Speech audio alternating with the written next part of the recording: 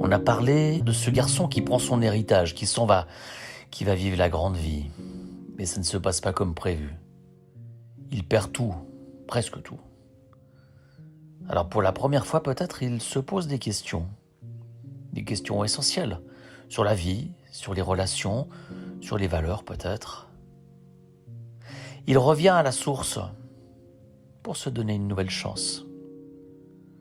Et il est accueilli dans une joie incroyable, une grande fête. Alors on pourrait s'arrêter là, tout va bien, il était perdu, il est revenu.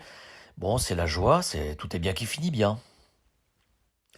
Eh bien non, ce n'est pas la fin. Il y a encore un épisode avec son frère. Ah oui, c'est juste. Il y a 2 frères dans la famille, j'avais oublié. Et l'autre, le grand frère, il a aussi son histoire. Pas simple non plus. C'est quoi son problème ? Il n'a pas osé partir. Il est resté dans les jupes de son père, c'est ça. C'est un gros jaloux, un frustré, colérique. Peu importe au fond. Il n'a pas compris. Il n'a pas vu. Il n'a pas parlé. En fait, à sa manière, il s'est éloigné aussi, sans même le savoir. Elle est un peu bizarre cette famille, hein. C'est quoi cette éducation qui part en biais avec chacun des 2 fils ? Pourtant le père, il a l'air bien, il a l'air d'avoir fait juste. Et malgré ça, c'est pas simple.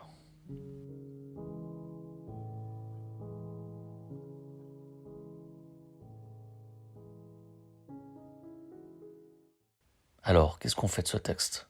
Peut-être qu'on pourrait commencer par éliminer une interprétation qui me semble vraiment passer à côté de l'essentiel.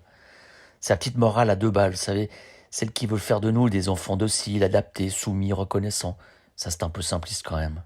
Et moi, je n'ai pas envie d'y croire à ce Dieu qui distribuerait des gentils cadeaux à ceux qui ont été sages et des coups de bâton aux autres. Ça ressemble quand même beaucoup trop à une justice bien humaine, tout ça. Rempli de gna gna gna avec un petit côté vengeur. Non, ça colle pas à l'image de ce Dieu de la Bible.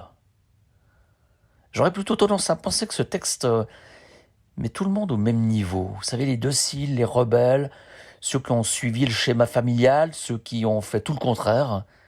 Parce qu'au fond, l'essentiel n'est pas tellement là. Ce qui me frappe, c'est la parole du Père. Vous voyez, pile au milieu de la séquence, il se réjouit parce que ce qui était perdu est retrouvé. Et le texte va même jusqu'à dire il était mort et il vit à nouveau.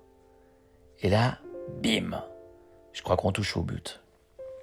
Cette parole, elle sonne juste en fait. Elle est capable de mettre des mots sur la relation, sans aucun reproche, sans humiliation, sans jugement. Et le grand frère, en fait, il n'a pas compris. Il n'a pas compris ce qui se passe. Et le père le lui répète une seconde fois. Ton frère, le tien, il était mort et il vit à nouveau. C'est pour ça qu'on se réjouit. C'est pour ça qu'on fait la fête. Viens te réjouir avec nous. C'est vrai, on ne comprend pas toujours du premier coup. Parfois, ça peut prendre des années.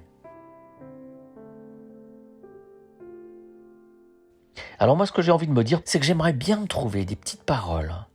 Des paroles sans reproche, sans regret, sans jugement, en évitant cette espèce de jeu psychologique qui s'en mêle là toujours. Et là, je pourrais simplement prendre peut-être un moment avant de rencontrer les gens. Un moment pour m'isoler, pour me mettre à l'écart. Un moment pour me centrer sur ces personnes que je vais voir. Juste là. Et laisser tranquillement mon cœur s'élargir un peu. Juste un peu.